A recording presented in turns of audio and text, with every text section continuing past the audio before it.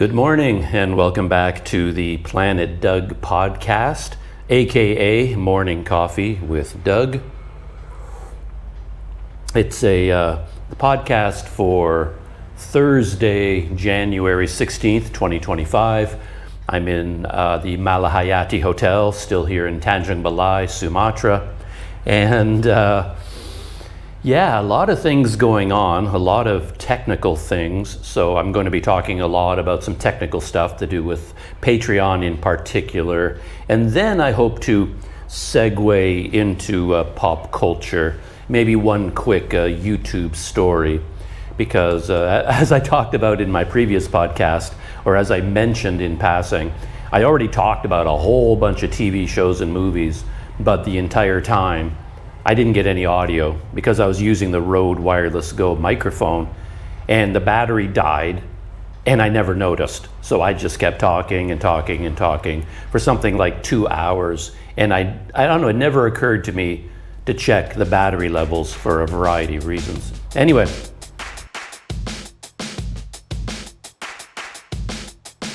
that taught me my final lesson that if you are going to be sitting in a hotel room, stationary, recording with a GoPro, plug it into USB-C power.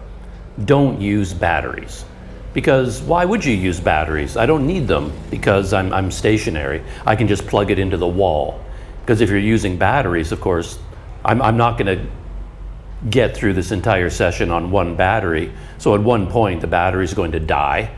The GoPro shuts down. I've got to take the whole thing apart, change out the battery, put it back in, and then the battery gets very hot. It starts to swell up. And so why am I even using batteries all this time? It's just dumb. So switch to USB-C power. And why in the world am I using a wireless mic when I'm like 18 inches away from my GoPro? So finally, I'm such a dummy. It takes me a long time to learn these things. But when I do learn them, I learn them very well. And I've learned that A, plug the GoPro into USB-C power, B, plug in a lavalier microphone, which is what I have here hooked onto this cord around my neck. That's actually the Rode lavalier Go. It's quite an expensive lavalier microphone. And seems to work fine. So that is what is going on here in terms of the technology. Shooting in 4K, linear field of view with horizon lock. So I think I have this particular technology kind of worked out. The only thing I still haven't done, I learned a lesson that when I put my GoPro on a tripod on top of a slippery chair, it slides all over the place. So like if I move around, the chair moves, the GoPro slides around like it's on a hockey rink. So I still have to put little rubber feet on the base of my little tripod. It's crazy that the technology issues never end. How many years have I been making YouTube videos by now? And every single day, I'm still working on the camera gear. You'd think that would be settled by now, but it never ever comes to an end. It really doesn't. Anyway.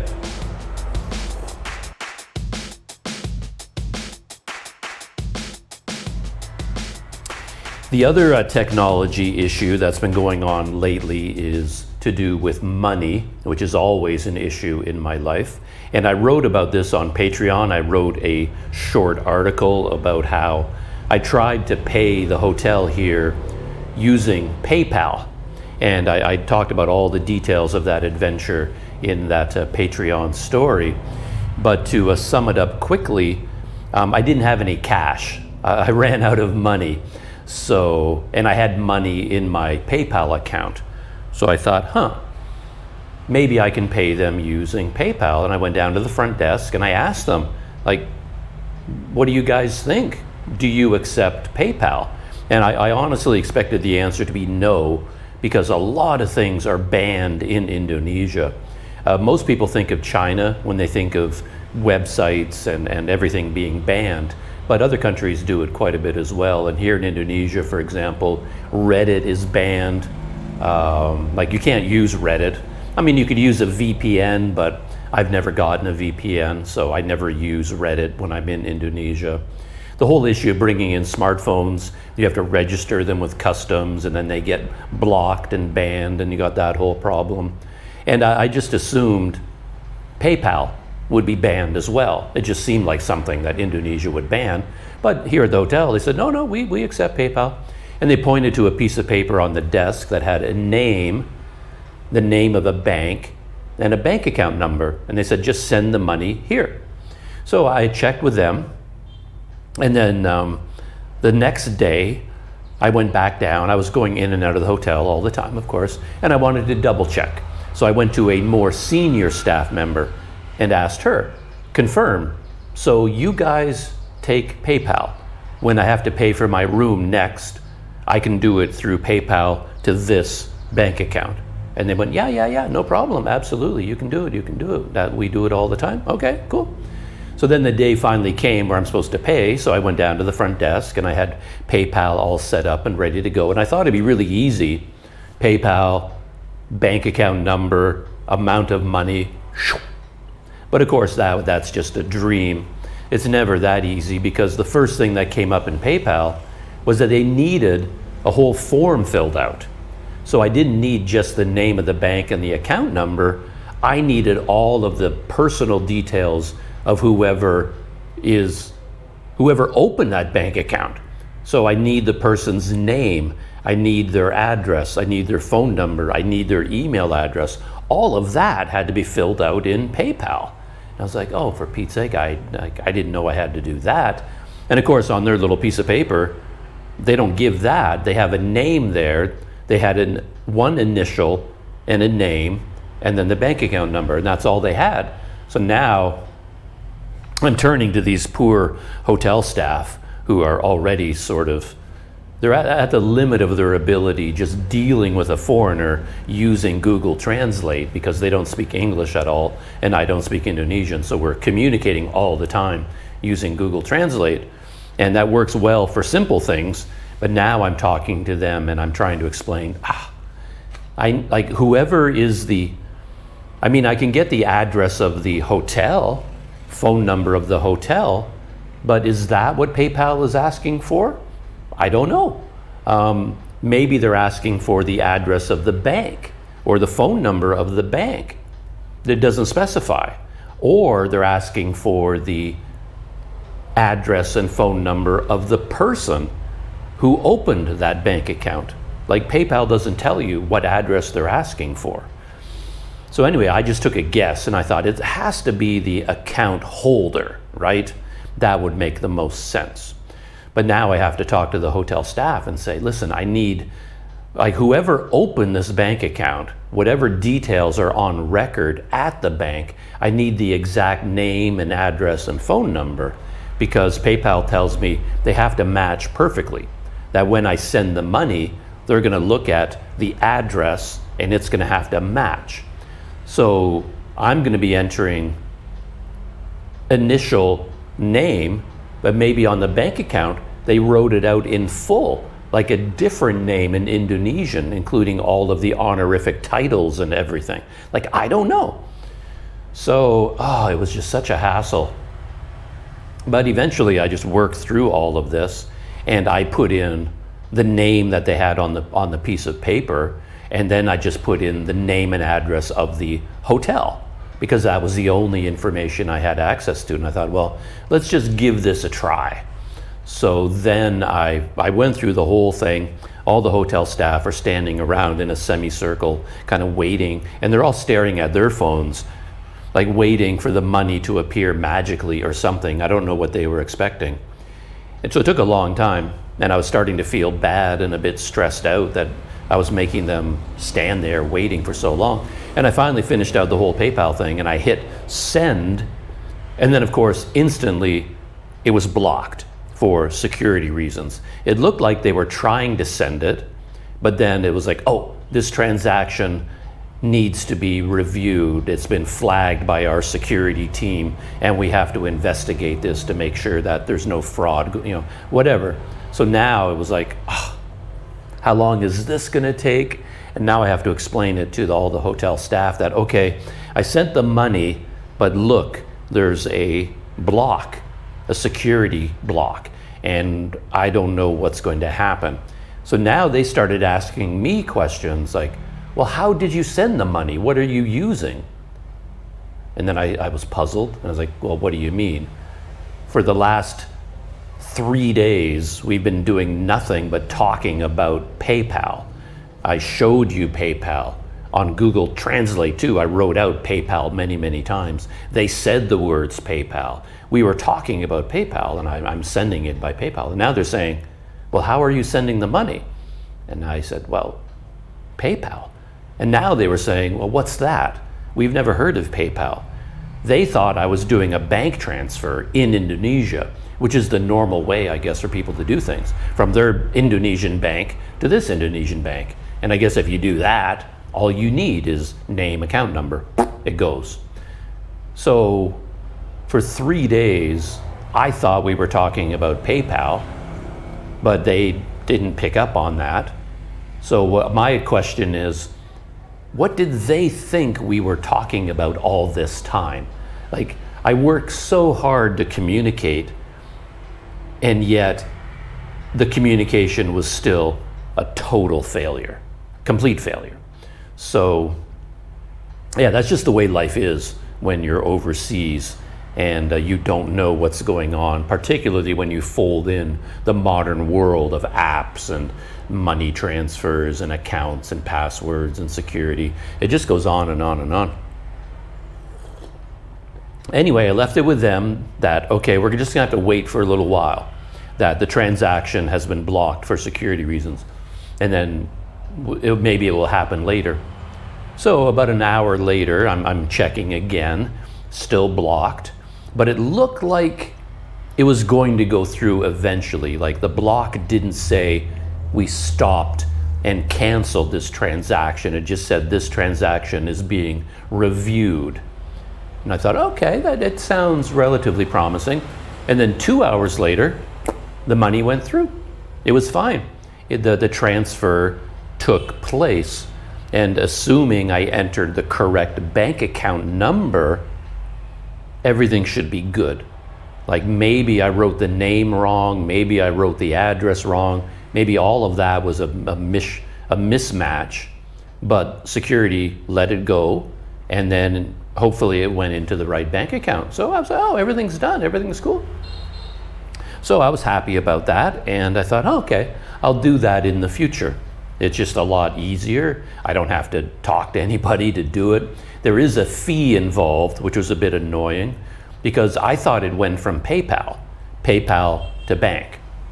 Simple. But then when I was reviewing the transaction, PayPal sent the money to another company called Zoom with an X, X-O-O-N, or no, I think it's X-O-O-M. And they say, for transactions in Indonesia, we use a third party, we have to contract it out, and then they get the money, and then they put it into the bank account. So now Zoom, they charge quite a hefty fee for the service, and it's a flat fee, it's not a percentage. So if you do this in the future, it should be for a big transaction. If you do it, like if you're paying for one night in the hotel, that fee is outrageously expensive. You have to do it for a lot of nights or a big transaction. So it's not the greatest way to do things, but it is a possibility, and I was happy about that. So I'm just going about my life here in Tanjung Balai. I'm working on Patreon, I'm editing videos, I'm doing this, I'm doing that, making plans for the future. And then I see two shadows. This is like 2 days later. I see two shadows go by my window. And if there's two shadows, I always know that means trouble. If it's one shadow, they're just sweeping the outside porch, basically. But if it's two shadows, it means they've come to talk to me because they need the manager, and then they need someone who speaks a little bit of English, or maybe the two of them have different information. Anyway, so I knew I was in trouble. I go to the door, and they say to me, they're like, dude, are you ever going to pay for your room? Like, when are you going to pay? It's been so long now, and we have to ask you, we're sorry to come bother you, but we need to get paid. And I'm like, what are you talking about? I mean, what are you talking about? I paid. The money was deposited to your bank account. Like, we went through all of this, and it was like these were the same people that were involved in this whole transaction, and now they were behaving like they'd never heard of such a thing. What, PayPal? You sent money to our bank account? It's like, I have no idea what's going on. Anyway, so I get out my phone, and then I go to PayPal, and of course there's page after page after page of transaction details giving an overview of it, and I took screenshots of all of them, and I really wanted one screenshot that showed the amount in Indonesian rupiah. This amount was deposited to this bank account. So I managed to get that, and then I went down to the front desk and I showed them all the screenshots. Like, remember? Do you remember this whole thing, this giant thing we did the other day? Here it is. And then, they had to look at it and they had to talk. And it's like, PayPal, what's going on? What's happening here? Anyway, they did take a picture with their phone, which I was happy about. So I didn't have to email them copies or go through all that hassle. They just took pictures with their phone, and then they sent those pictures, I guess, to the owner of the hotel for their approval. And then everything apparently was fine. But man, what a journey we went on, I'm telling you. Modern technology. Anyway, and this morning, that payment period expired. So as of this morning, I needed to pay them again. So I thought, well, I still don't have any money, so let's do the PayPal thing. And then it turned out to be quite a bit easier, because I didn't have to talk to them to do the transaction. I could just do it right here in my room from PayPal. And it turned out to be easier because now that I had done it once, all I needed to do was click on that old transaction and I could see all the details. And there's a handy button at the bottom that says send again. And I thought, does that mean send the same amount, or can I change the details? I assumed it meant send it to the same recipient, but I can alter the details. So I thought, oh, let's try this. I hit send again, and it entered all of the details for that previous transaction, but then I could change the amount because I wanted to pay for more nights. And then I entered the right amount in Indonesian rupiah. It automatically calculates the equivalent in Canadian funds to match up with that amount of rupiah, which is handy because I remember I've done this in the past. I had to send money to people for various things. Long stories there I won't go into. But then I knew I had to send them so many Malaysian ringgit, for example.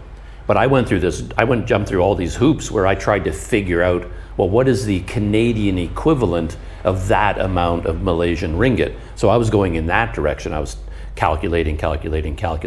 I didn't know you could do it in reverse. So you could actually just enter 300 ringgit and then it automatically fills out the correct amount of Canadian dollars. So this time that's what I did. I put in the amount in rupiah that I wanted deposited to their account, exactly this much rupiah, and it told me that's the equivalent of this much Canadian. But of course, you have to pay this fee and that fee and this fee and this transaction fee, this deposit fee, this transfer fee, plus of course the fee for the CEOs so they can make their millions of dollars. I have a real thing about CEOs and their hundreds of millions of dollars salary. I don't know what CEOs do. I think I work much harder than any CEO has ever worked. When I had paying jobs, working in offices, I worked hard. Everybody works hard. And I think all of us, we put in more hours, work harder, work longer than any CEO ever does. So I don't know why these CEOs are worth $50 million a year. And when they quit, they get a $100 million bonus for quitting their job. That has never happened to me. I've left jobs in the past, and you give your 1 month notice, whatever it is, and you have to work pretty hard when you're overseas to get a job and get all the work visa documents and all that kind of stuff.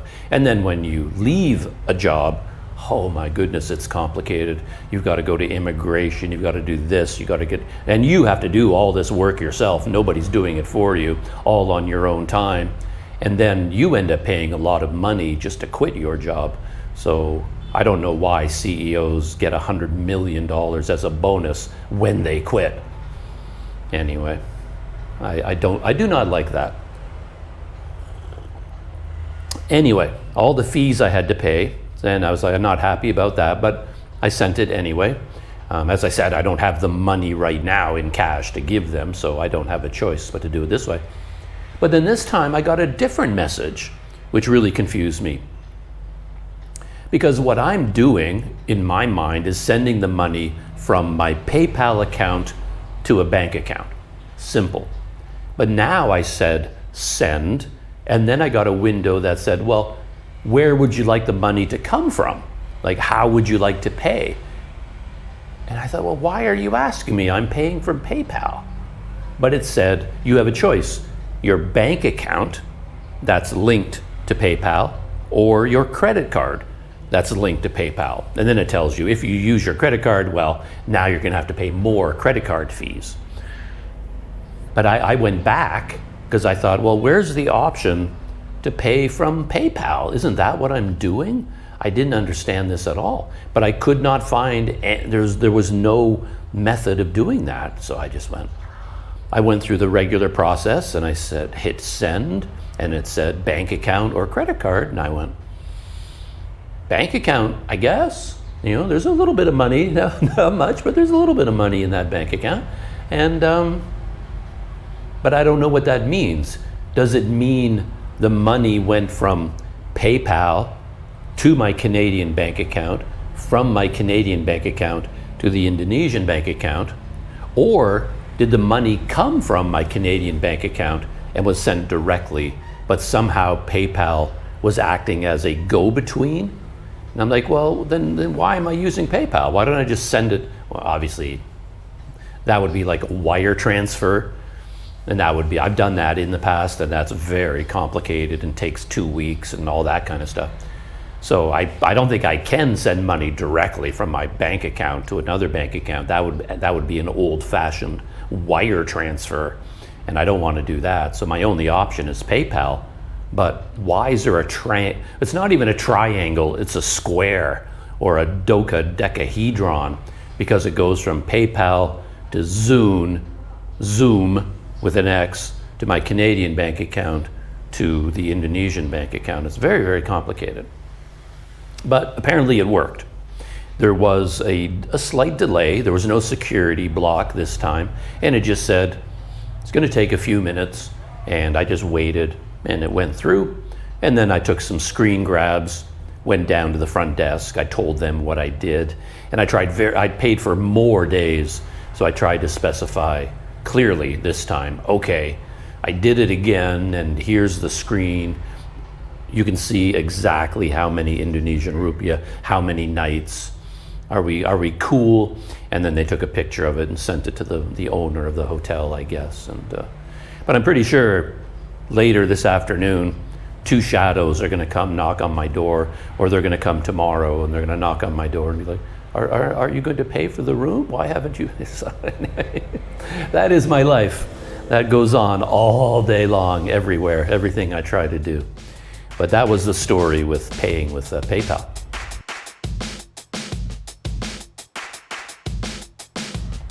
And I posted that story, half of that story, to Patreon as a little written summary. And a few people sent me some suggestions, very helpful. And one of them was, oh, Doug, you should get a PayPal debit card. That can help you out a lot. Like if you go to ATMs, you can use your PayPal debit card. And that way you're not risking your Canadian debit card or your Canadian bank account. You're going directly in and out of PayPal, and there are no fees for that. People always tell me there are no fees, but there are always fees. If you don't see the fees at the beginning, at the top, they're embedded, they're hidden fees. Because I've noticed that. I've met people in my lifetime, mainly people from Europe or other like United States, and they say, oh, we don't pay any fees at all. Our bank card, no fee transactions. And I'm like, yeah, go into the fine print. And I've tracked it down myself. You go into the fine print of their bank, and they say that the fee is taken out of the foreign exchange transaction. So here's the real foreign currency equivalent. $1 US equals so many rupiah. But what they do is adjust the foreign transaction rate so that it's worse for you, and that's how they get their fee. They do it through the foreign currency exchange rate. They adjust the exchange rate to make it worse. Better for them, worse for you, and that's where they get their money from. So they do pay fees. They said that they hide them. Anyway, there are always fees. But anyway, everyone says get a PayPal debit card, but as I wrote back to them, I can't. Everyone for my entire life keeps telling me, get this, it's so easy, get this card, do this, do this. And I always have to reply, I tried and I can't. And for PayPal, Canadians don't qualify. You go onto the PayPal, your account, your website, whatever, and they say, no, you Canadians are not allowed to have a PayPal debit card. Doesn't work for you guys. Canada seems to have a lot of barriers between it and the rest of the world. Always puzzles me. I don't know why. So I can't get a PayPal debit card, that's clear. But then someone else said, well, try Wise. Everybody uses Wise these days. And I've looked into Wise in the past, and Wise didn't work for me either. I couldn't open an account. Not only couldn't I get a Wise card, I couldn't even open a Wise account. It was a restriction. I can't remember what the problem was back then, a particular restriction on Canadians, or it had something to do with security codes. That's what it normally is. But I can't remember what the problem was, but I thought, well, this time, let me check again, because I was going to reply to this Planet Doug subscriber and a Patreon member and say, I can't get a Wise account. But before I say anything, I always like to double check. I don't like to say things. I don't like to be wrong. So I thought, okay, well, let's make sure this time. Maybe something has changed. So yesterday morning, I went on my laptop and I went to the Wise website, and it turned out after the whole morning, I was able to open an account with Wise. I don't understand Wise yet. I don't know how it works. I haven't used it for anything, but I was able to open an account. At first, I thought I wasn't able to, because when you open the account, what they need to do is send you a security code. And the only way to get that security code was with a phone call, like an actual, the phone rings, and then you answer the phone, and a computer gives you the numbers, you write them down, and you put in the code. And they have to send this number to my Canadian phone number, which is on record with my Canadian bank. So it's an actual home phone. But I'm not in Canada. I'm on the other side of the planet, so I can't answer that phone when it rings. So I've never been able to do anything because of this security code problem. But I did some rummaging around, and it turned out I could use an internet phone. I wasn't sure I could do it, because in the past when I tried to use an internet-based phone, I used a company called Fongo, and Fongo gives you a phone number that mimics an actual phone in Canada. It's only happening on the internet, but it pretends it's a real phone in Canada. And you have to pick an address, like a postal code. You have to tell it where you live, but you're not actually living there, but you have to pretend you live there. So I do have a Fongo phone number. I use it all the time. So I went into Wise and I thought, well, let's try this. And I entered my Fongo phone number, and then I tried to open the account. I thought it would just say no, because normally you can't use Fongo for things like this, but it worked. And not only did it work, they didn't phone me. I thought they said they were going to make a phone call, but my phone didn't ring. They sent me a text message, an SMS. They sent me an SMS. It showed up on my phone inside Fongo. Like, it wasn't a real SMS. It didn't go through my local SIM card number or anything like that. It went through Fongo, an SMS through Fongo. I got the security code, I entered it, and I was good to go. And I was worried that I'd have to do that all the time, that every time I want to do something with Wise, I've got to get this Fongo SMS. And I figured it's not going to work every time. But it turns out you can go into Fongo, which I did, and you can turn on two-factor verification. And I use a special app for all of my two-factor verification. And they send you the code through your verification app. And I set that up on Wise. So now every time I go into Wise, it asks me for that code. And I know I can get that code every time. So I now have a Wise account. But that's as far as I got. I want to get a Wise debit card, but that's going to take a long time because I know from experience, even if I qualify for it, they have to send it to your Canadian address. And then normally you have to go to an ATM in Canada, insert the card to activate it, choose a PIN or enter your PIN, do all this kind of stuff. And this all has to happen in Canada. They're not going to send it to me in Indonesia. I can guarantee you that. So the only way for me to do it will be to ask someone in Canada to do it for me. My brother has helped me out with this in the past.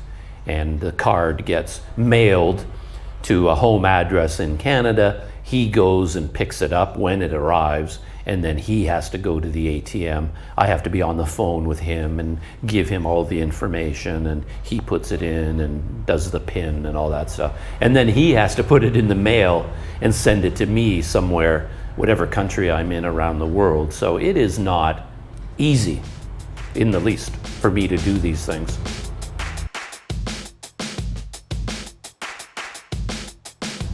Of course, all of this would be not such a problem if I ever went back to Canada. And that's my fault. The last time I was in Canada now was 16 years ago. I left Canada 16 years ago. Well, I left Canada back in 1991. That's when I left Canada originally. But I did go back around 2008, 2009, and then I left Canada in 2009, and I've never been back since. Because, I mean, it's expensive. I mean, sure, I'd love to go back to Canada. I can set up a bank debit card, a Wise account, a PayPal. I can do all these things when I go back to Canada. But I mean, that's like a $3,000, $4,000 trip. You got to pay for the flight there. Living in Canada, even for a short amount of time, is horrendously expensive.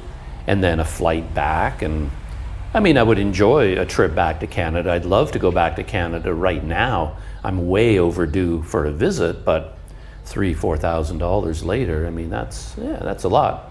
So, yeah. So those have been my banking adventures the last few days.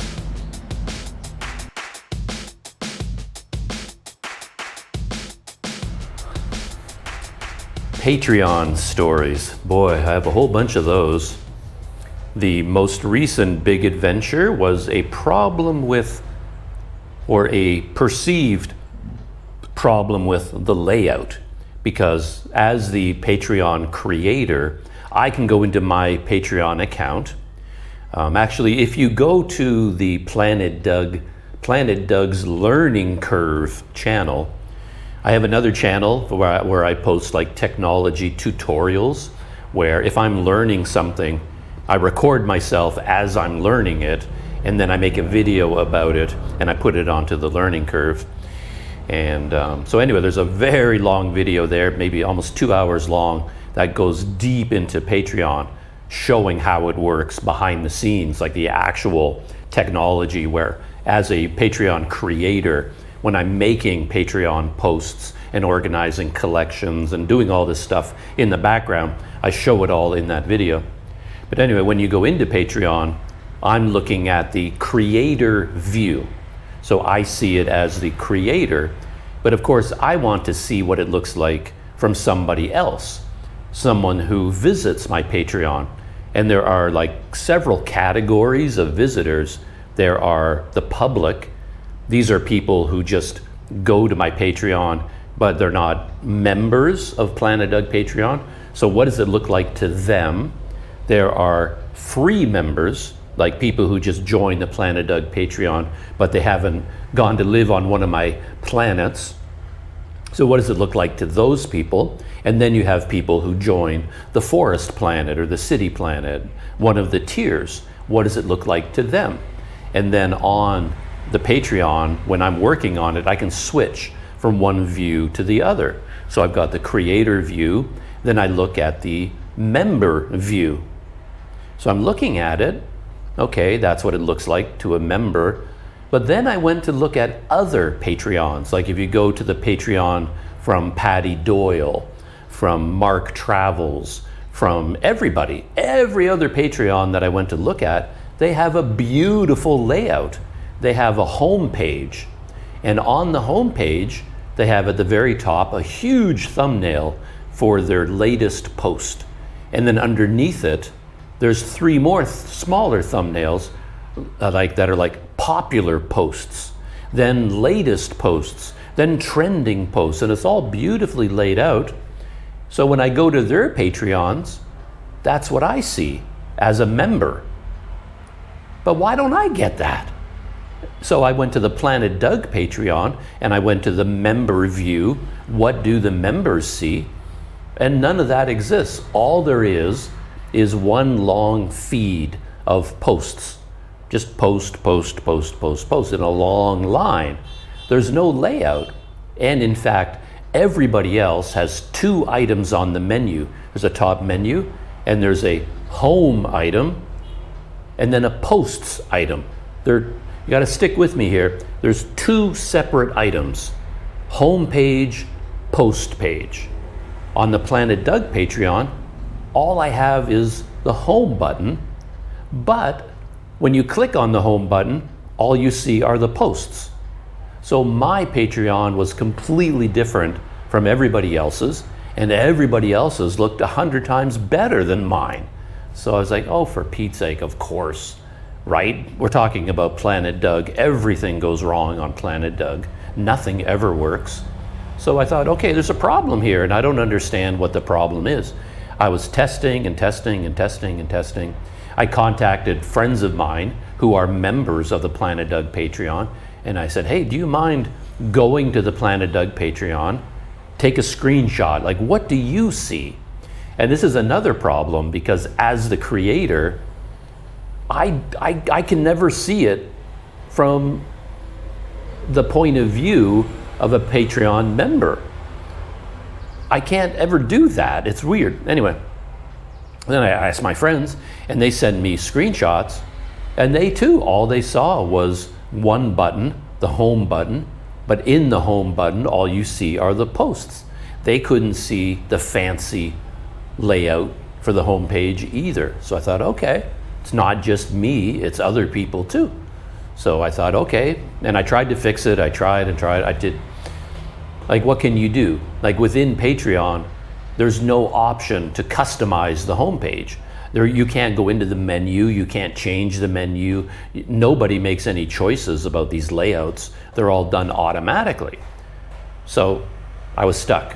So the only thing I can do is contact Patreon, and I sent them a message, and I'm trying to explain my issue.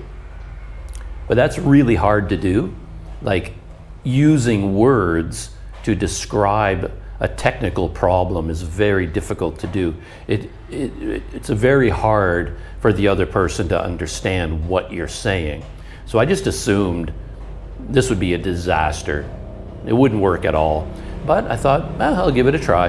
And I wrote out my question as carefully as I could, just like really trying to be precise, because I didn't want to have to go back and forth, back and forth, back and forth, explaining and re-explaining. I did it as well as I could, sent it to them. A couple days later, I got a reply, and their reply was complete nonsense. Like, they didn't understand anything I was talking about. Everything they said in their reply made no sense to me. I was just complete, what?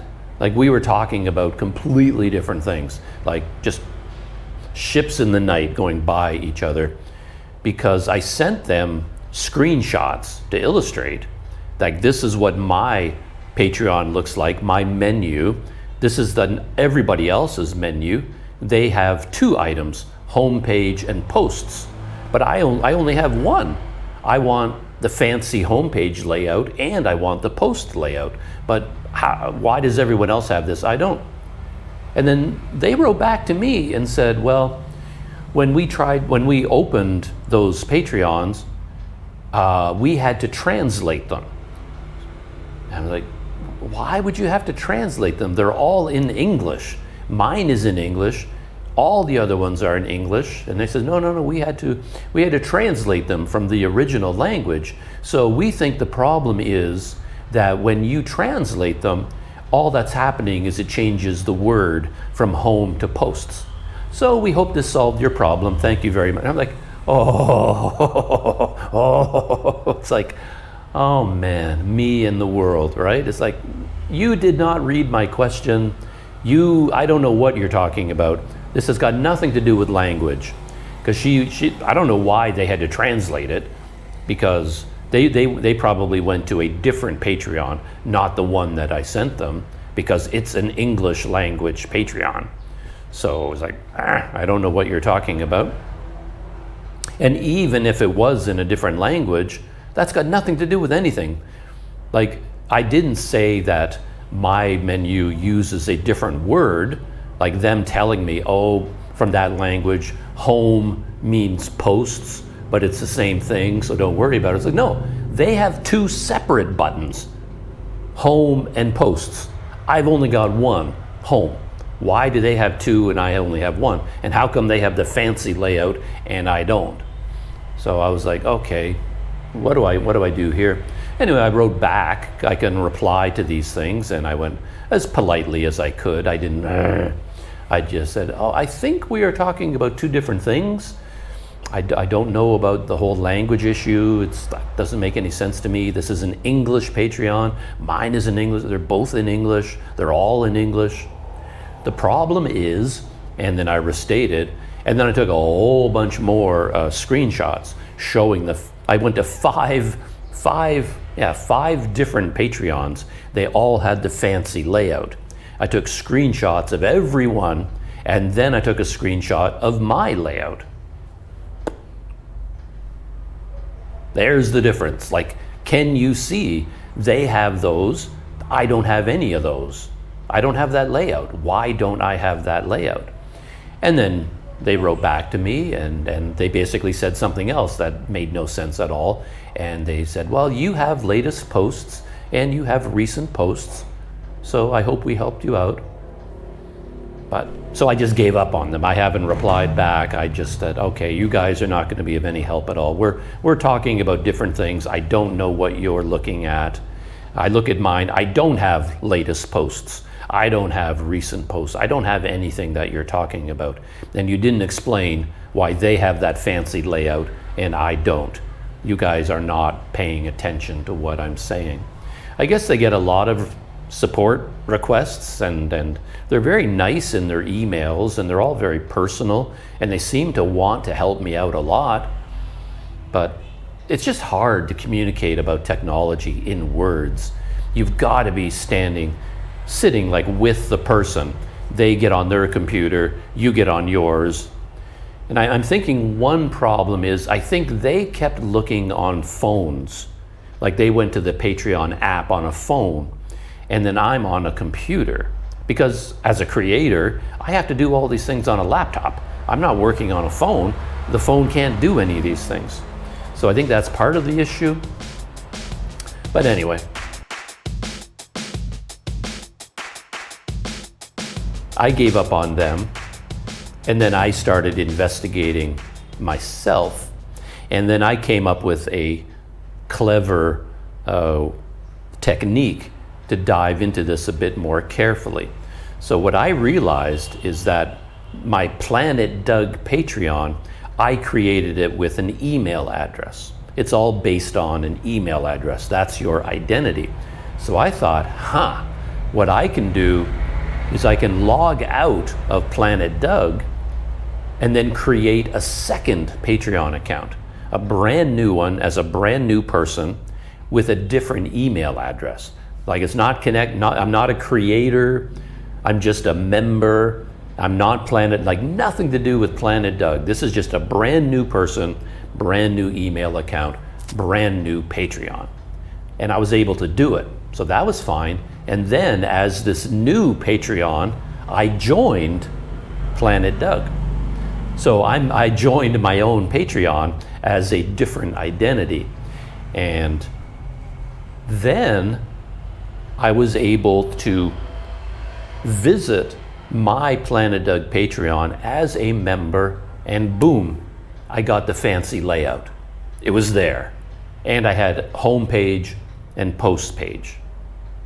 It looks exactly the way I wanted it to look, and it looks the same as all the other Patreon people that I was talking about. So Planet Doug does have the fancy layout on the home page, but apparently not everybody can see it. Like I spoke to Patreon members in Malaysia, they don't see it. But me, as a Canadian joining the Planet Doug Patreon, I do see it. So that solved that mystery. But then there's still a big problem, because me as the Planet Doug Patreon creator, I never see that point of view. I never see that layout. I only see it as a member of my Patreon, but I can't see it when I'm logged in as the creator, which makes no sense at all. It's because when I'm in the Patreon, I'm uploading something to my Patreon. I'm Planet Doug. I'm busy uploading photos and making collections and writing and doing all these things, embedding links. And then I'm finished and I think, oh, I wonder what this looks like to Planet Doug Patreon members. So I switch to the member view and I don't see the layout. I don't see the fancy layout. I only see this dumb, simple layout, which makes no sense at all to me. So now, what I constantly have to do is I go into Planet Doug Patreon, I do all this work, I change all these things, I move things around, upload new posts. Now I want to see what it looks like. I have to log out of Planet Doug, log back in as Doug, brand new, a different Patreon person, then go to Planet Doug and look at it. Oh, okay, it looks good. That's how I want it to look. Then I've got to log out as Doug, and then log in as Planet Doug in order to keep working. I'm pretty sure no other Patreon creator in the world has to do this. Only me. And I'll probably live the rest of my life and I'll never be able to fix this problem. So that is my first Patreon adventure. I hope that made a little bit of sense.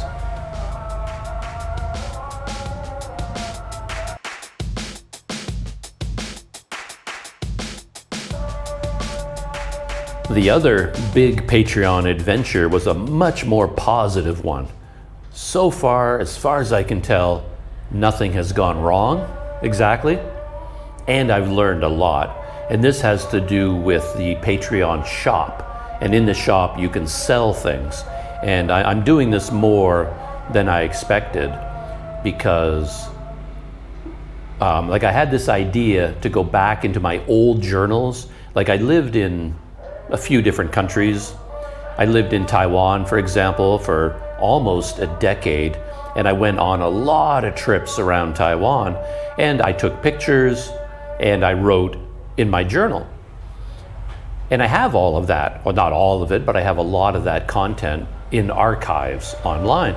So I thought, oh, I can take all of those old journals, kind of proofread them, edit them, clean them up, make them look good, and upload them to Patreon. And I was originally going to do this as part of the time capsule feature. And I'm still going to do time capsule uploads. But what I decided to do was, if I have a big journal, I'm going to complete the whole journal, turn it into a collection, and then sell that collection in the shop. And you can set a price for it. So basically what I'm doing is going into all of my old journals, turning them into ebooks on Patreon, and then selling them as ebooks. And I think I already talked about the technology that I discovered for doing this. I'll mention it very briefly here. It's in the tutorial video, I think, at length.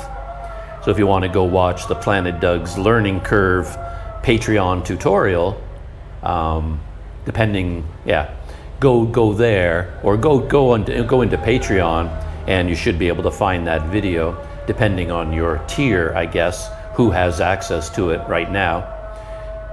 And then you can see all the details. But it's very, very tricky. What you have to do is create a new tier. Like I have 4 tiers on Planet Doug: forest, city, mountain, and ocean, or ocean and mountain.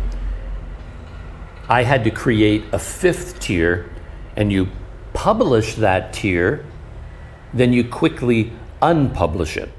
And by publishing and unpublishing, you've created a tier, but it is hidden.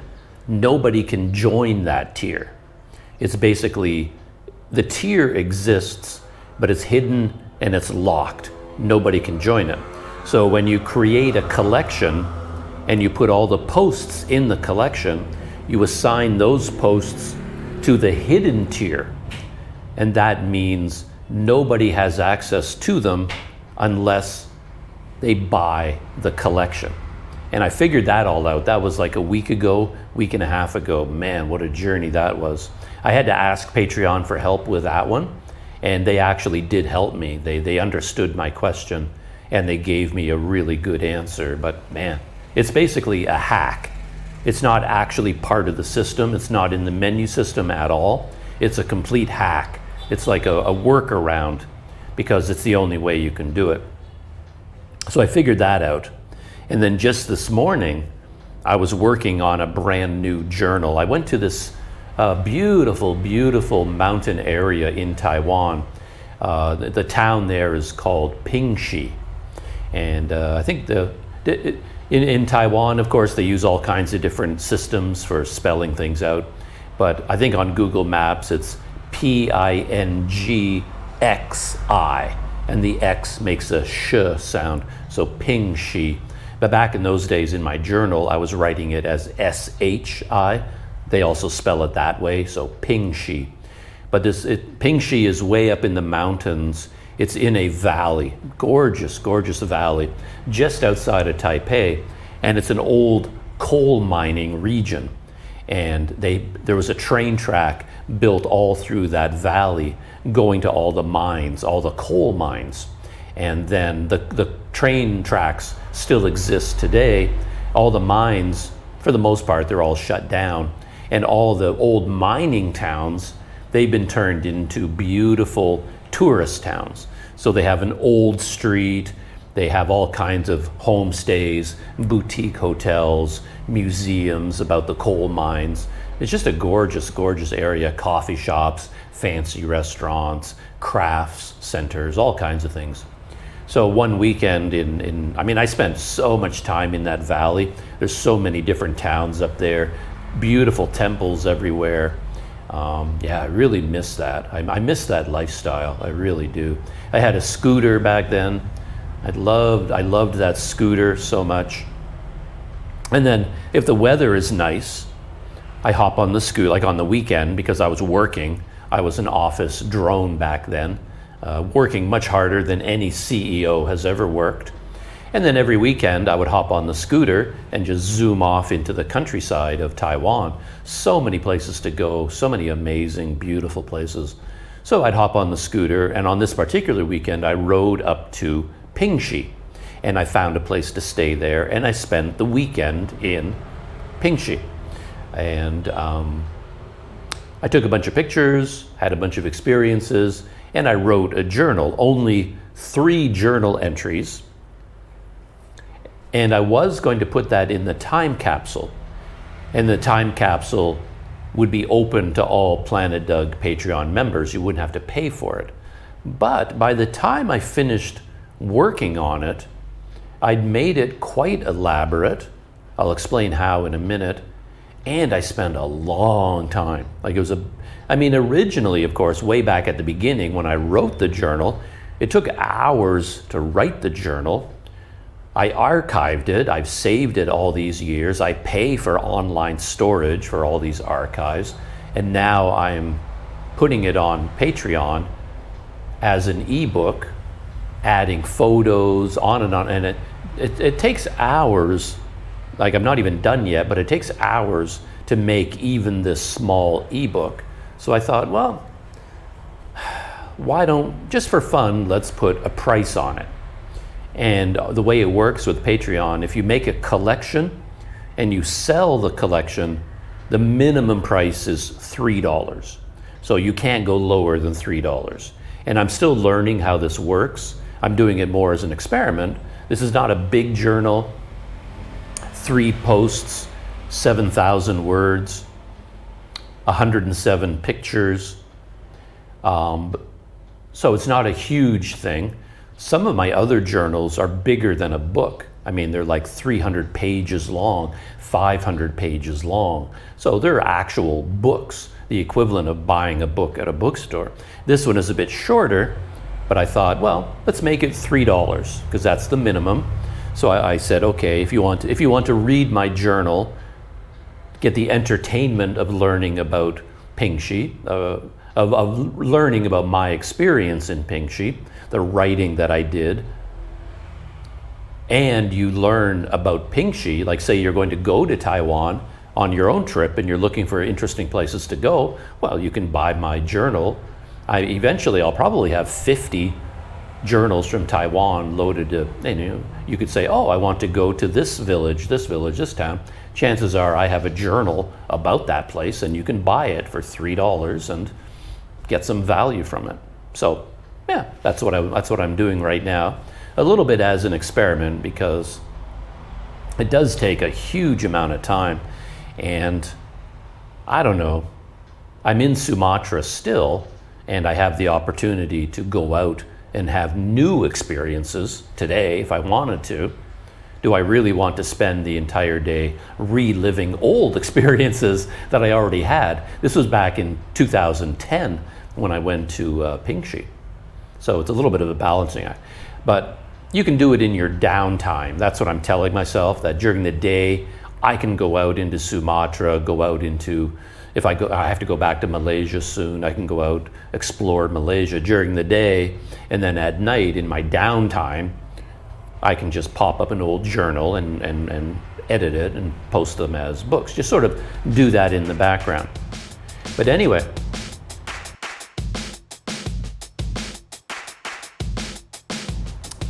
I'm still developing this whole system and I'm figuring it out, and I figured out how to make a collection, how to put posts into that collection, how to give the collection a thumbnail, how to set the price. I've got all that figured out. And then the last couple of days, what I figured out, and then this morning in particular, when I got to the, I uploaded all of my journal, but I also have a bunch of pictures.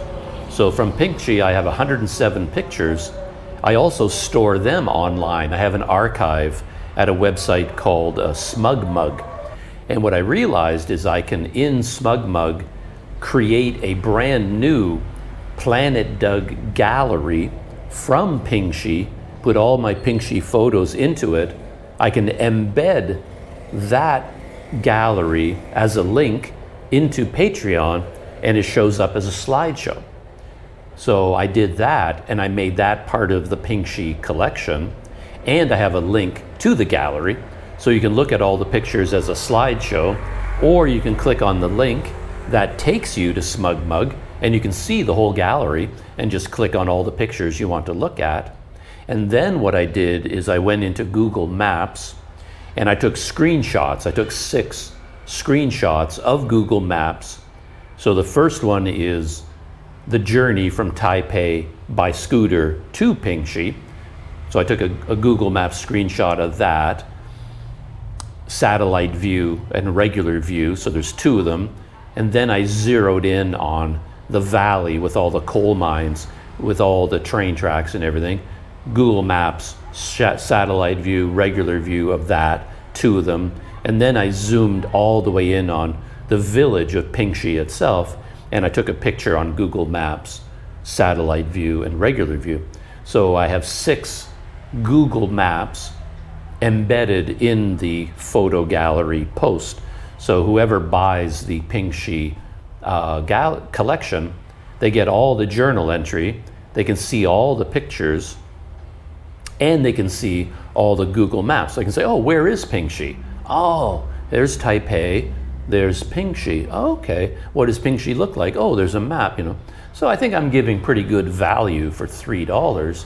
And boy, this is gonna get complicated. I have another website where I store archives of my journals. They're like personal journals, called Penzu. It's a Canadian company, and I store a lot of my old journals, more personal stuff, on Penzu. And what I did was I took all of the Pingxi journal entries and copied them into Penzu. And what Penzu does is it gives you 2 things. It gives you an automatic word count. So I was able to put the word count into my Patreon collection. So if I tell somebody, well, you have to buy this collection for $3, they're probably going to wonder, well, what do I get for my $3? How big is it? So now I can say, oh, it's 7,000 words long. And if that were a book, how many pages would it be? It's like 300 words. Like if you buy a paperback novel, a paperback is like 300 words to a page. So some of my journals are hundreds of thousands of words long, but this one is 7,100 words.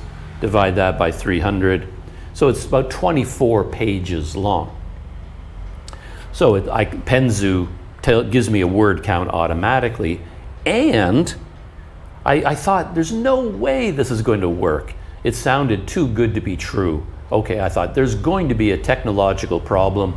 This will not work. I was 100% sure of it. I would have bet $100 that this is not going to work.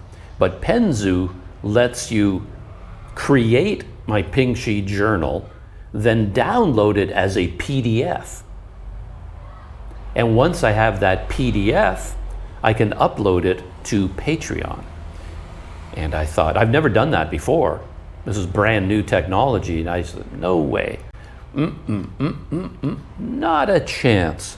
On Planet Doug, this is too good to be true. There's no way this is going to work. There's going to be a problem.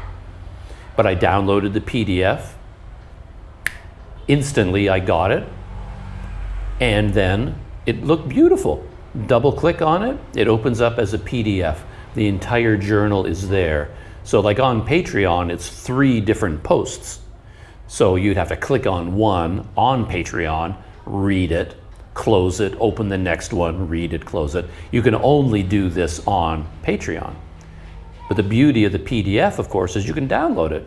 Download it to your tablet, download it to your ebook reader, download it to your phone, whatever you want to do, download it to your laptop. So what I did was I took every Patreon post and I attached the PDF to every one of them. So no matter where you are in the Patreon Pingxi collection, there's a button, download the full PDF of the journal. So I'm pretty proud of that. You know, I'm happy with the result. So when I say this Pingxi journal is available for $3, in my mind, you know, that is a bargain. That is, considering the amount of work that went into it, the amount of value that's there. I read the whole journal myself as I was editing and proofreading it. I think it reads well. I think it's a good story. You learn a lot about Taiwan. I talked to a lot of people there, learned a lot about the coal mine history, wrote about that. So you got the entire story. I think reading the story is actually entertaining. And I got a very interesting message the other day on Patreon from a Patreon member, Planet Doug supporter, who said, that they were using an app, a website called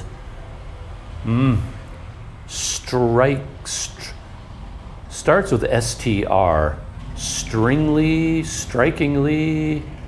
It's one of these apps that lets you read text aloud using an AI generated voice, and you can pick celebrity voices.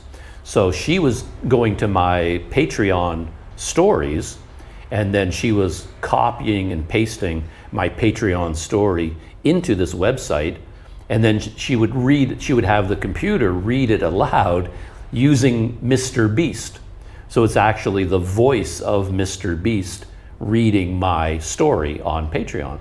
And she said she tried out a bunch of different voices, and Mr. Beast, she said, his voice matches my writing style. And I thought that was amazing. So I went to that website yesterday and I played around with it quite a bit. So like right on the front page of the website, well, let me look it up real quick, because I definitely want to tell you the name of this website now. I was completely wrong. I don't know why I was saying STR. I know this website, yeah, Speechify. So yeah, there's the website, and on the front page it has Cliff Weitzman. Oh, he's the founder of Speechify. I was gonna say, I don't know who that is. Gwyneth Paltrow, Snoop Dogg, and Mr. Beast. So you can sort of click on their faces and you can hear their voices. And I guess they have a free trial, and I don't know how expensive it is to use Speechify. But anyway, this is what Mr. Beast sounds like. He's not reading me, he's just speaking as a sample. Personally, I hate reading, so I just upload every document I get to Speechify and just have it read it back to me. It's super convenient. So yeah, go download Speechify. It actually has my voice up there, so you can have me read back anything you want, plus a bunch of... That's pretty fast. To me, that's a little bit too fast. I know I speak really slowly, and I think people who watch my videos have commented in the past that, dude, I mean, some people like it, that I speak slowly and clearly. I'm with some thought and some organization. And other people are like, man, we have to watch your videos at 1.5 speed. I do that with other YouTubers as well, but that's fast.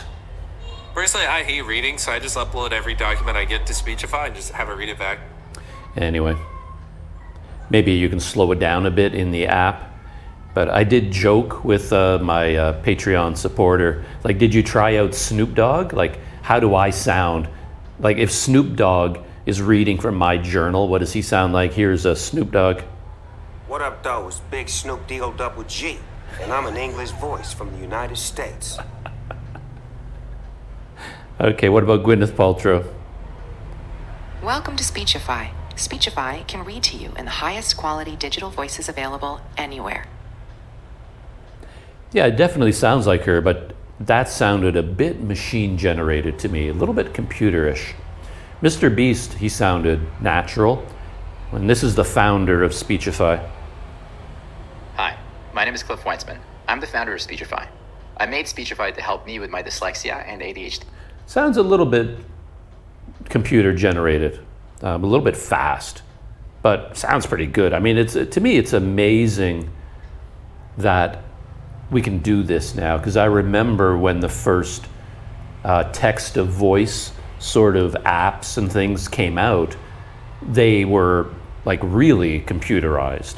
They just sounded awful. I mean, the technology seemed amazing when it first came out. I was playing around with it when it first came out, and it was reading like, I am drinking a cup of coffee. Welcome to my Patreon. I mean, that's what it sounded like back then, and I thought that was amazing that it could do it. But now, just a few years later, AI generated voices are pretty good, and these celebrity based ones. So I assume Mr. Beast, signed up. He signed a contract with Speechify, and he would have gone into their studios and they would give him things to read. And he was probably in the studio for a day, or I don't know how many hours it would take, and he would just read naturally, speak naturally, and then their computers would learn how to recreate his voice, and maybe, I'm guessing they would probably have to do it over several visits, where he would go in once and then the computer generates the Mr. Beast voice, and then they fine tune it and he comes in again, and probably a few times. And I'm sure Mr. Beast got paid a gazillion amount of dollars to do that. But yeah, it's pretty amazing. So now anybody can do this, which is pretty wild. Couple of years ago, actually, I had this idea that, like what I'm doing now with my journals on Patreon, what I was going to do on YouTube, I had this idea to take my long trip journals and sit down in front of the camera and read them. I was going to record them on video and then put them on YouTube, basically as a video ebook on YouTube. So I did it. I started it. I put a lot of work into it, and I was experimenting with how to do it, and invested a lot of time in it. And I actually recorded a lot of journal entries. I was doing the journal that I kept when I went to Guinea in West Africa on a bicycle trip. And I've got a nice, like a big journal, like a book-sized journal. It's eventually going to be on Patreon. But I was going to read it aloud myself and put those videos on YouTube.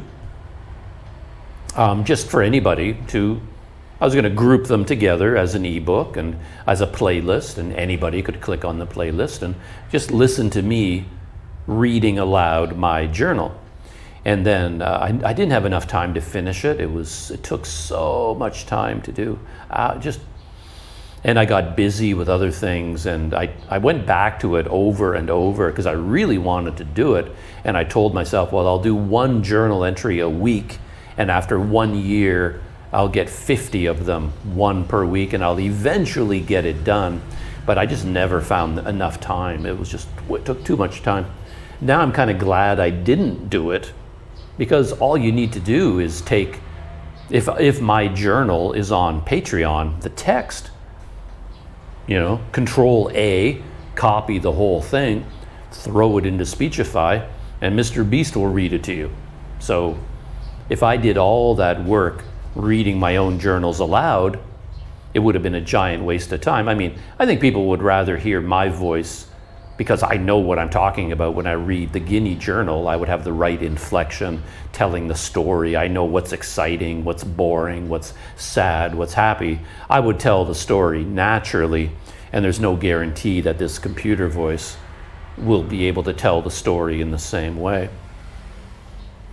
But still, it's a lot of work, as I said, and for me to read my entire journal aloud, it would have taken the rest of my life to finish that project. So yeah, I gave up on it.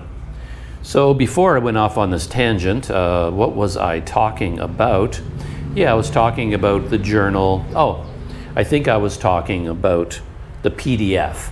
That was the last thing I learned, that all my journals, if I have them in Penzu, now I can group them, download it as one PDF, download it, and then upload that to Patreon. So with the Planet Doug Patreon journal collection, you get the journal itself, which nicely written, entertaining or not, that's up to you to decide, and whether it's worth $3. But so you get the journal, you get all the pictures, you get all the Google Maps, and you get the PDF download. So I think that's quite a nice package, I think.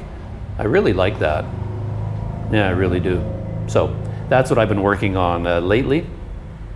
And I'm going to do another journal today. Actually, I've already uploaded it to Patreon. If you go onto Patreon and you go to my shop, you will see there's a couple of collections there already. And one of them is from Ecuador, where I went to a prison. So I went to a prison. I didn't get arrested. I went there to visit a prisoner and bring them a care package. This was in Quito, in Ecuador. And it was quite a big adventure, and I have some journal entries about that. And I packaged that journal as a collection, and it's for sale in the shop. And I think I said $5 for that one because I'm just playing around with prices. And it's longer. It's quite a bit longer than my Pingxi one. But I don't know if it offers as much value because the Pingxi one in Taiwan tells you a place about a tourist attraction where you could go visit. Like if you are in Taiwan or you're going to Taiwan on a holiday, this journal will actually help you go to a place and have an enjoyable time. So I think people get value from that. Nobody's going to go to Quito and visit a prison. So it's not really giving value from that point of view. And the story itself is a little bit more scattered. It's not as nicely written. It's a little bit, but it is very exciting and very dramatic. My experience of going to that prison, like, blew my mind. That was an experience, a real learning experience. So I guess it gives value from that point of view. But when I put together the keto journal, it felt like there was something missing from the story. There were a couple of entries that I couldn't find. It was like, and just this morning I went to Penzu, and I don't even remember doing this, but in Penzu I found my keto journal, the whole thing, like probably 1,000 pages. The whole thing is there, maybe more than 1,000 pages, I don't know. And I didn't even remember doing it. I thought I had it in my other archive, and I couldn't find anything there. I found some stuff, but not all of it. And I looked in emails, I looked here, I looked there, and it's like, yeah, something is missing. Why did I, it's kind of sad because I lost so much content from Ecuador. And then this morning I was on Penzu, and I was like, what? Keto? And I clicked on the keto journal, and it was a massive collection. So I think the missing journal entries are still there. So what I want to do today is go find those missing entries, clean them up, edit them, proofread them, add them to the keto prison visit collection, and then put everything into Penzu so that I can download it as a PDF, and then add the PDF to the keto prison visit collection. So that is what I'm going to do today. Yeah, so I'm pretty excited about that. That's my project for today. Perhaps after I have lunch.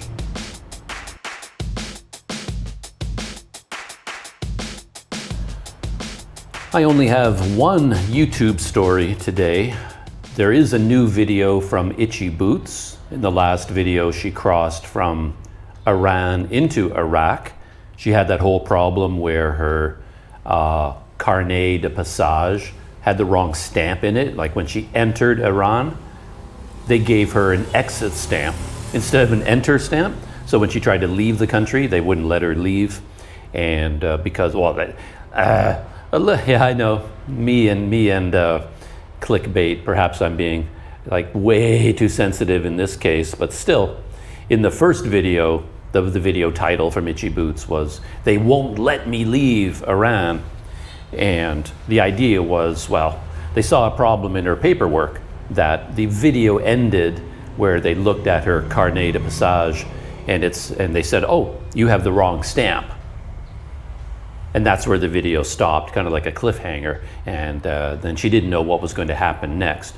But of course, what ended up happening was they made a phone call to the border where she entered and said, like, she came through that border, she entered there. Yeah, so okay, you guys gave her the wrong stamp. And then they basically at the border, they just fixed it for her. They basically went, "Oh, you have the wrong stamp." And then they investigated, "Oh, okay, we'll just change it." And then they just let her through. So in fact, the whole, "they won't let me leave Iran" was a complete lie, because they did let her leave Iran. It was really just showing up at the border and they say, "Oh, in order for you to leave, we need this document first." And then you go get the document and you give it to them, and then they let you leave. And claiming that they won't let you leave the country, it's you're playing around with the truth there. They did let her leave the country. She just had to get one of her papers fixed or adjusted. But anyway, they did let her into Iraq. And I guess I did watch that video now that I think about it. So I do have, let me look up the name of it. I forgot that I watched that whole video, but I kind of forgot that I did. I don't have any notes about it. Here it is. Yeah, I watched the whole video. It is called I Have No Choice But to Accept This Offer. Iraq at Night, Season 8, Episode 27. So in this video, it's the second half of the whole process. Oh, you got the wrong stamp. In this video, it begins, well, she gets the right stamp and they let her go. But I guess it took, I think she was at the border for 5 hours, 6 hours. It took a long time to get from Iran into Iraq, which is not a big surprise. It's pretty, not a lot of people go through a border like that, and they don't exactly have streamlined systems. And it's not like, the border between Singapore and Malaysia, they're processing thousands of people a day. Between Canada and the United States, I mean, it's just like a flow of traffic, so it's all streamlined. This border that she went through, she might be the only foreigner to go through that border the entire year, right? Anyway, so it took her 5 to 6 hours, and by the time everything was done, it was getting dark. The sun was going down, and she didn't have enough time to ride. She was going to ride all the way to Baghdad. She was hoping to get through the border and then ride all the way to Baghdad during the day, during daylight hours, and then stay in a hotel in Baghdad. But because it took so long, it was dark by the time she was done, and her motorcycle is still suffering from problems because of the thieves that cut the wiring harness. So she doesn't have any lights. And because of that, she was in trouble, basically. She couldn't go to Baghdad. She had to find a place to stay locally. And then one of the guys at the border who was helping her a lot, he said, well, I'm off work, I'm going home. And I live with my mother, I live with my family, kind of reassuring her that this is all on the up and up. And come stay at my house. And then he's riding a motorbike, so he went ahead of her, and he has lights. And then she rode behind him, using him as a guide, and they got something to eat, and then they went to their house, and she spent the night in this local house. And that's what that whole video is about. The Planet Doug clickbait tingly sensation went off again, because to be honest, when I saw the video, it was like the previous video was, they won't let me leave. So you're like, oh my gosh, what's gonna happen? She's in trouble, what's gonna happen? And then the next one is, I have no choice but to accept this offer. And I'm like, ooh, wow, this sounds like something terrible. Like, it hints that something bad. It's like, okay, this isn't good, but I don't have a choice. Like someone, like, The Godfather, the classic line from The Godfather is like, make him an offer he can't refuse. That's what it sounds like. That somebody made her an offer, and because she's in trouble, she has to accept it, So this is bad, bad, bad. That's how I read the title. But the reality was exactly the opposite. The reality was, this man said, hey, why don't you come stay at my house? And bought her food and gave her a place to sleep and guided her through the streets. And his brother, or his brother-in-law, was a bit of a motorcycle mechanic, and then the first thing they did was bring her motorcycle to this guy's house, and he rewired it a little bit and managed to turn on her lights. So she actually had lights as she rode to this guy's house. So anyway, everything that happened was wonderful and good and amazing, and yet the video title hints that, somebody made her an offer that she can't refuse. So, what are you gonna do? Yeah, it's an interesting world, YouTube, for me in particular. When you go into the comments, it gives you a window into humanity in a way, because I've done, I'm not up in the itchy boots league of traveling, but I've spent much of my life overseas. I haven't traveled nearly as much as most other people, but I've done some traveling, been to Africa, been to South America, been quite a few places in Asia, been to the US, Mexico, Guatemala, Central America as well. So I've been places. I've ridden my bike across Canada. I've ridden my bicycle down all of the United States, ridden in the Philippines, Guinea, Ethiopia, Cambodia. I've been around. And everywhere I've gone, I've encountered nothing but kindness, like nothing but generosity, nothing but helpfulness.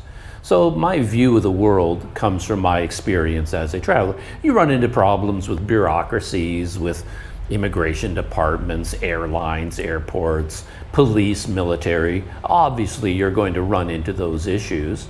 But when you're out there in the world as a human being and you encounter another human being, all of these people are generous and helpful. So it's no big surprise to me. That's the way the world is. That's how people are. That is my experience of the world. I could tell countless stories, like Itchy Boots here, Nora Lee, was invited to spend the night with this man's family at their house. That happened to me all the time. It would happen to me here in Tanjung Balai. Happened to me in Canada, happened to me in the United States. Every country I've ever been to, I meet people, I'm chatting with them, and they say, oh, where are you going to spend the night? And I'm like, well, there's a hotel here, or I've got my tent. And they say, oh, come stay at our house, or put your tent up in our backyard. That happens all the time. So it's no big surprise to me. But then when I read through the comments on her video, this one in particular, there's a lot of comments where people are going on and on and on about how amazing it is that, oh, you can still find nice people in the world. The world isn't completely evil. The world isn't always terrible. Oh, Itchy Boots is so lucky she finds nice people to help her out. And again, my point of view is, well, these people leaving the comments, I guess they see the world through the eyes of the media. And of course, the media, it makes money by telling terrible stories. People click on terrible things. The news is not a plane left from Kuala Lumpur and landed safely in Medan. That's not a news story. 20 planes a day leave from KL and land safely at Medan. None of that gets reported because that's normal. If one of those planes crashes, well, that's suddenly a story. That's just logical. And if someone goes to Bali and has a wonderful vacation, that's not a story. You're not going to read about it in the news. But if someone goes to Bali and they get ripped off by a corrupt police officer, as happened to some Malaysians recently, well, that makes the news. So if all you have is a steady diet of media stories to tell you what the world is like, I guess you would conclude that it's a pretty dangerous, horrible place. But when you go traveling yourself, obviously you learn that the exact opposite is true. People are kind and generous and helpful. We just are. I have a very high opinion of people because of my experiences. So it is interesting that all the people leaving comments, maybe, as I said, maybe they see the world as a terrible place because they don't travel themselves. And then when Itchy Boots gets an offer from this man, a complete stranger at the border, oh, come stay at my house, to them, they're like, wow, that's amazing. We still have kind people in the world. My reaction is, well, everybody is kind. This is not unusual. For a traveler, this happens all the time. So anyway, that was my other takeaway from watching that video. And I did start off saying that I haven't watched new videos, but that's because I just spotted a new one from Nora Lee. It's about Saddam Hussein, where she, then what's the name of this video? Saddam Hussein's capture. This is where Saddam Hussein was hiding from the Americans. So I guess she went to see that place, and that's what her next video is about. And I haven't watched that one yet. It was uploaded 15 hours ago, and I haven't had time to watch it. So that is my Itchy Boots, YouTube story for today.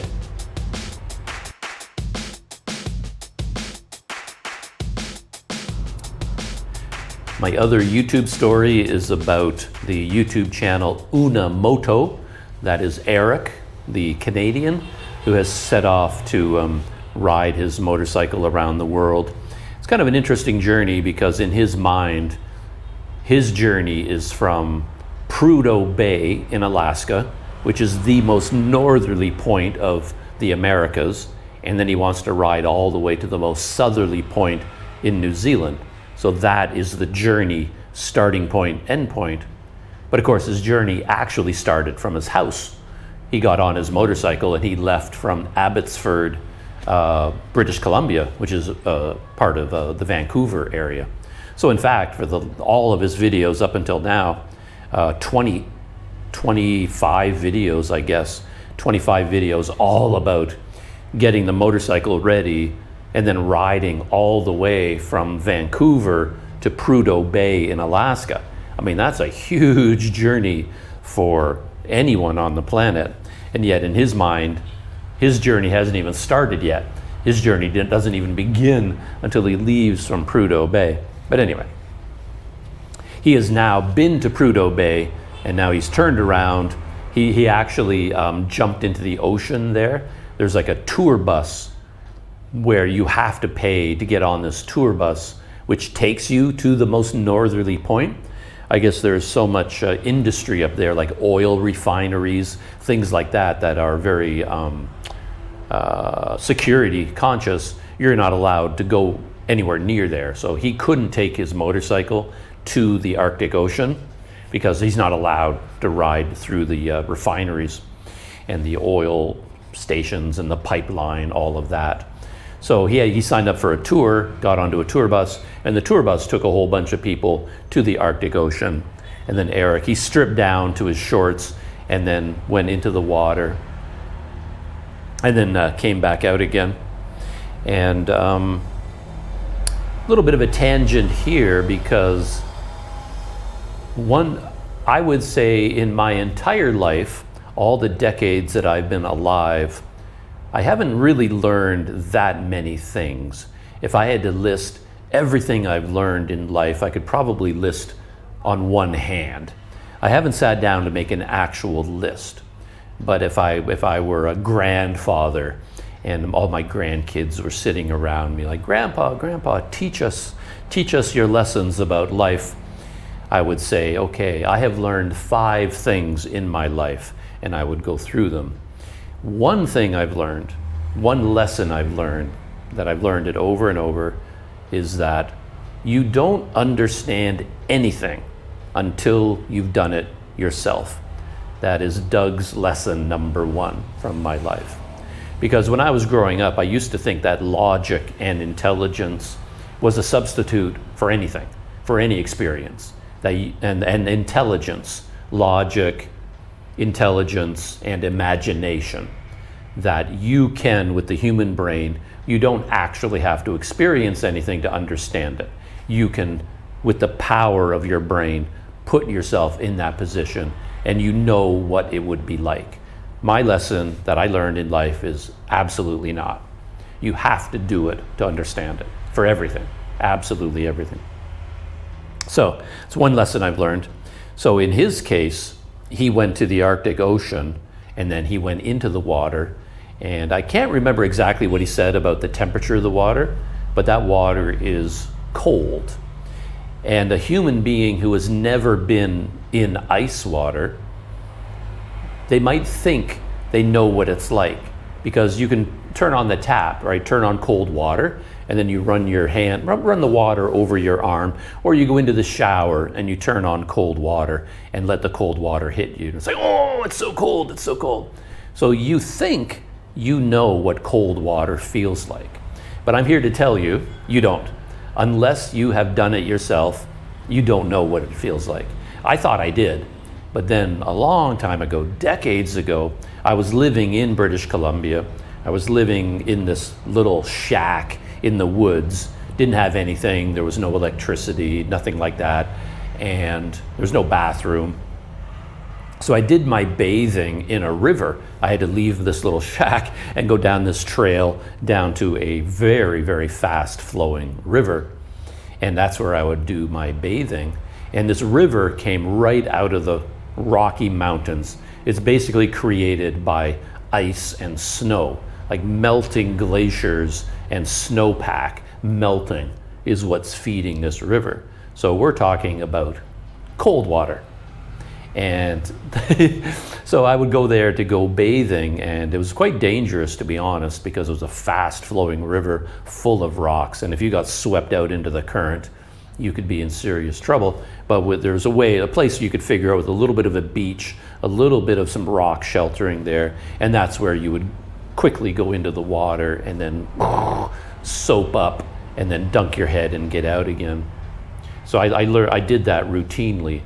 And going into that water, the pain of it blew my mind. Like I said, I thought I knew what cold water felt like, but you dive into this ice water coming from a glacier, it feels like your entire body is on fire. It's just like a burning sensation. It is so strong, so extreme, you have no idea. You go into that water, and if you went into that water, say over your head, and you had to swim, I'll give you 40 seconds before you drown. It would happen that fast. You're like, it's so cold, your muscles lock up. You can't move, you can't swim. So if you go out into deep water like that, and you go under, you think, oh, I'm just gonna dive into this water and go for a swim, you got to be careful, because chances are you're not going to make it back to shore, because that cold is going to hit your body so hard, under you go, and you're going to drown. It was so cold. Anyway, so when he went to the Arctic, and then he went into the water, I don't know, maybe the temperature was not the equivalent of what I experienced in my time doing this, because he did it relatively casually.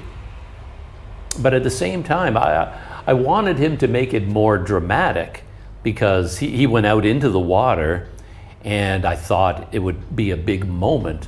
But he turned around, he gave his camera, his GoPro, to someone to film him, and he went into the water, he turned around, and then he held his arms in the air, and he fell backwards. So he fell backwards into the water, doosh, stood up, and then went out. Like, to me, I don't know, as a ceremonial moment, I wanted him to extend it. But he was in the water for like half a second, just like whoosh, in, out. It happened so quickly, it didn't seem like a dramatic enough moment to be the beginning of his journey around the world, right? I don't know why I had that feeling, but I also, and maybe it was because of how cold the water felt when it hit him, that he just kind of went into shock and just went in and got out so quickly. But I was kind of wanted him to go in the water and then turn to the camera and then just sort of talk about it a minute. It's like, oh man, this is so cold, this is the temperature, and then dunk his head under and come up and shake the water. Like, be a showman, like turn it into a moment. So I was kind of surprised that he did it so casually, just sort of out, and it was over. But anyway, that's what he did, and I do wonder how cold that water was. And while he was there, he went along the beach. He wanted to find what he called a rock. And he says, I want to get a rock from here, and he's going to carry it all the way to the end of his journey. And when he gets to the northern point of New Zealand, he's going to take that rock and throw it into the water, right? Yeah. All right. So yeah, when he was looking, I kind of expected him again to turn that into a big moment, and I was expecting him to talk about how big or small it has to be, because I got to carry it all the way around the world, probably for years. I don't know how long it's going to take him on this journey. But I thought he would go in and really pick one that was special, and I was expecting like a small one, something very unusual or special or something. But he kind of looked down at the rocks all around him, and he just saw one. Oh, this one will do, and he picked it up, and it was bigger than I thought. I thought, wow, that's a bigger stone than I thought you would pick out. I thought you would go for something smaller, But okay, that's the big one. And he just sort of grabbed it, threw it in his knapsack and zipped it up. And it was just like a gray, rounded, nothing sort of rock. And again, yeah, I kind of thought there'd be more ceremony involved, where he would spend some time, pick up a bunch of them. Like, no, that's not, I need something. I thought he'd get one smaller, and I thought he'd find something that was more colorful, a bit of history attached to it, interesting shape, or maybe even some sort of marine animal, like a shell. Like a shell would be nicer than a rock. Anyway, he now has a rock from an Arctic beach in his backpack, and he's going to be taking it all the way to New Zealand. So, anyway, then he left. He got on his motorbike, and his journey has begun for real, and he's heading south now. And then, as he said in his video, I read the title right, or maybe I didn't. The title is "My Motorcycle Has a Serious Problem." 400 kilometers to the nearest town, season 1, episode 28. And I was a little bit worried about that title, because he's talked in the past that he's modeling his journey on Nora Lee and the Itchy Boots channel. He's basically using her as a model for this, for filming, for YouTube, for the traveling, everything like that. So I was a little bit worried about him falling into this clickbait pattern. It's like, oh, I have a serious problem. And I thought when I watched the video, it would turn out that the rubber on his handlebars got a bit sticky or something, like some small issue. But it turned out, no, he's got a big problem. 2 big problems, as it turned out. The clutch needs to be replaced, and the seals on his front fork suspension need to be replaced. They're leaking, and the clutch is slipping. So it was like, woof. And he's like 400 kilometers away from the nearest town. So there's a real risk he's not even going to be able to make it. So he's going to have to somehow get a truck to come pick him up and bring him to the town. And then he went online, and I guess he's got to order a new clutch and have that new clutch installed. And to be honest, I was sort of expecting this, because right from the beginning of his journey, when he bought the motorcycle, and he's talking about going around the world, it didn't seem beefy enough. There was something about that motorcycle. I looked at it and went, really? You think that motorcycle is going to go all the way around the world through Asia? I don't know. I really don't. But I don't know about motorcycles. I mean, when Itchy Boots did I guess she started at the base of South America and rode all the way to Prudhoe Bay. She did south to north. She did it on a Honda, I think it was a 350, a 300cc or a 350. And Eric's bike is I think it's a Kawasaki, but it's also like a 300 or a 350. So it's a small-ish engine. But Itchy Boots did the same journey with a similar sized engine, so I guess it makes sense that that engine is big enough. But somehow the bike Itchy Boots used, I looked at it in her videos, and oh yeah, that's what you want. That's the kind of bike that's going to make it. But I looked at Eric's bike when he bought it and started working on it. Ooh, I don't know about that one. It looks flimsy for some reason. And when he rides it, the engine has like a putt sound to it. It doesn't have a powerful sound. And he was going up a lot of really steep hills and riding the clutch a lot, trying to make it up these hills, feathering it and really racing the engine and engaging the clutch to try to get up these hills. So the fact he's only ridden like 7,000 kilometers, that's a long ways on a bicycle, but on a motorbike, and he already has to replace the clutch. I think he's pretty disappointed about that. His journey hasn't even begun yet in his mind. It just started. And on the first day leaving Prudhoe Bay, officially that's the first day of his round the world journey. Day 1, the clutch failed and his front forks failed. So it's like, oh boy, that's a big expense, a big delay. My prediction is that that motorbike is not going to make it. He'll ride it maybe through Canada, the US, maybe a bit of Europe, but I feel like he's going to have to switch motorbikes at some point, assuming he completes the journey. I don't see this one making it around the world.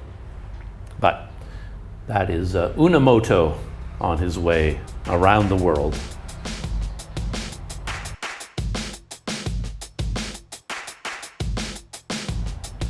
Well, I did say way at the beginning of this podcast that I was going to talk about pop culture, TV shows and movies, and I definitely had plans to do so, but once again, I've just run out of time. Lately, the days just zoom past. I don't know what's going on, but I wake up, I start doing something, and before I blink twice, the day is over. The sun has gone down. You can probably tell it's darker in here right now because I have no sunlight coming in through the windows at all. Yeah, I don't know what's going on. Time has just started to speed up dramatically. The day just disappears. But anyway, I am not going to be talking about TV shows and movies. I've been babbling on long enough about, where did I start? Oh yeah, I told the whole story about PayPal, paying the hotel through PayPal, and all of my adventures with that. And then Patreon, everything I've been learning about Patreon, particularly creating journals as ebooks with all of the features that I talked about, and then a little bit of YouTube stories, Itchy Boots, Moto, and that's about it. Short and sweet today on Planet Doug, a video that is an hour and 45 minutes. That qualifies as short and sweet. And if you see the image bouncing around a little bit, that's because I don't have the chair sitting on the bed. I'm holding the GoPro in my hand here just to record this short conclusion because, as I said, I fully intended to keep talking about TV shows and movies, but ran out of time once again. So that's it for today. I'm going to shut down. Thank you for keeping me company once again. And if you enjoyed listening to me talking about all these things, and you come back for the next one, I'll see you then.